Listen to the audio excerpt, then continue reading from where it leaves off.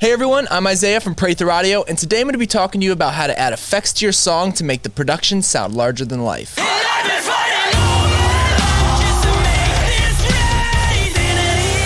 The first one I want to show you guys is a classic effect used in a lot of metalcore stuff, which is adding a subdrop and an explosion sound on the downbeat. This really just helps add a lot of energy to the start of a part, and this can be the one thing that really helps sell that transition from one part to the next.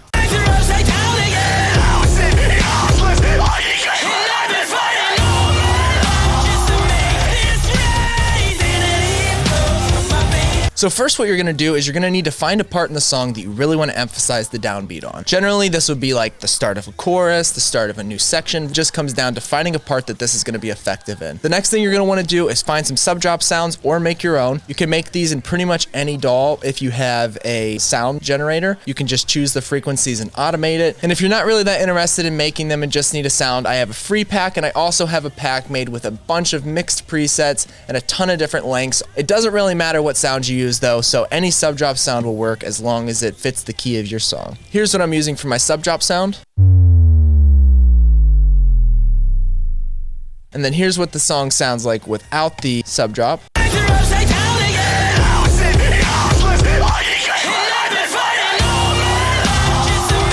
Obviously it sounds fine, it's not really that big of a deal.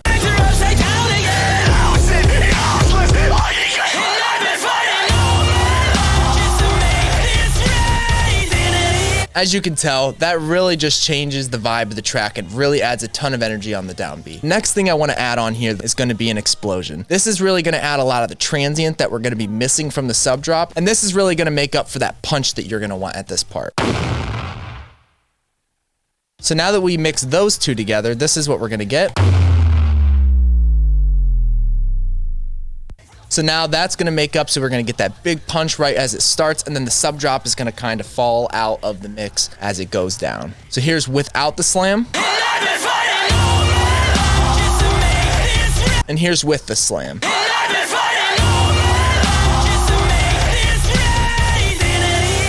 As you can tell, the energy is just so much harder there, and it really makes that part shine when it kicks in. And when you're jumping into a chorus like this, there's nothing better than just making sure the energy is at 110%. This one right here I'm gonna be using to fill up a gap in the song, but there's just a little bit of tension that kind of builds, and I'd love to have a reverse up into the downbeat because I feel like there's not really that much going on.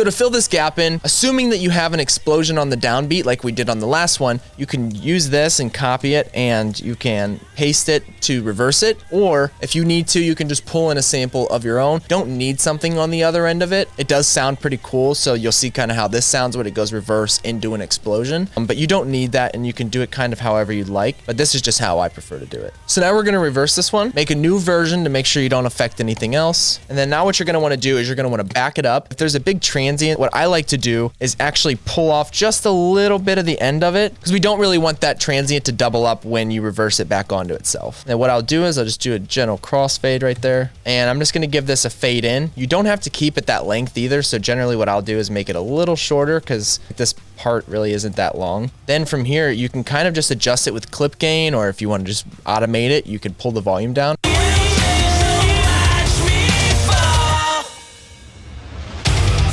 I feel like that could come down a decent amount.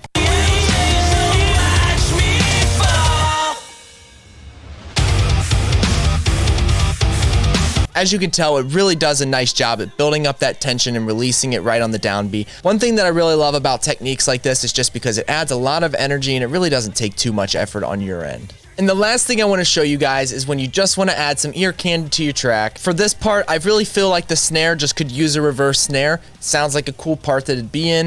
It has a little bit of empty space, and it's kind of in the middle of a chorus, so it kind of feels like this is the time to really throw something in like that. I'm going to show you guys how to make a decent reverse snare from scratch from your snare track. Like I said, you can literally just download any reverse sample that you want to and just drop it in. I want to show you how to make it from scratch though, just in case you ever want to have the exact same snare reversing into your track. So first what you want to do is essentially find whatever snare you're going to do. I'm going to do this one right here.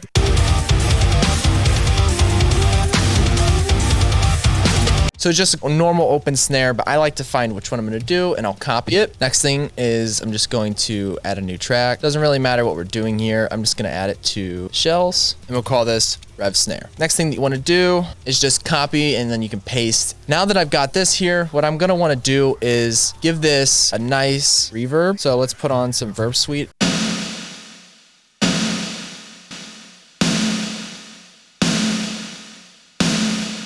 So that sounds normal.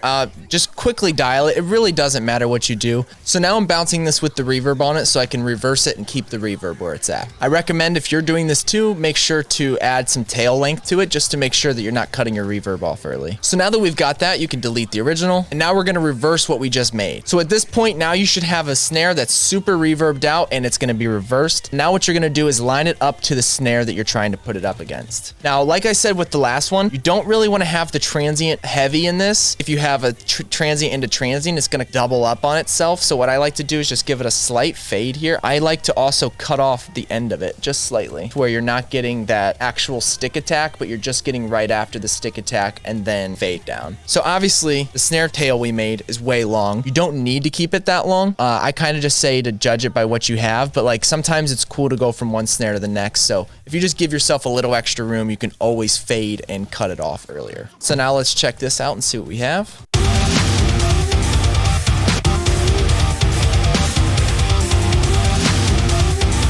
And this is why I really love stuff like that, because all I had to do was just drag the fader down and now I have a really cool sounding part that is just a little more exciting than it was before. Now let's look at the difference. Here was before.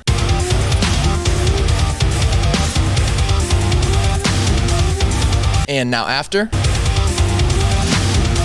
Obviously, it just adds slightly more energy and it just really makes the track sound a little bit more produced. I hope these tips helped you and I hope you're able to use them in your songs. If you do, let me know what you like the most down in the comments below. And if you have any questions, feel free to leave them down there or join my free Facebook group and ask it there. Have a good one and stay creative.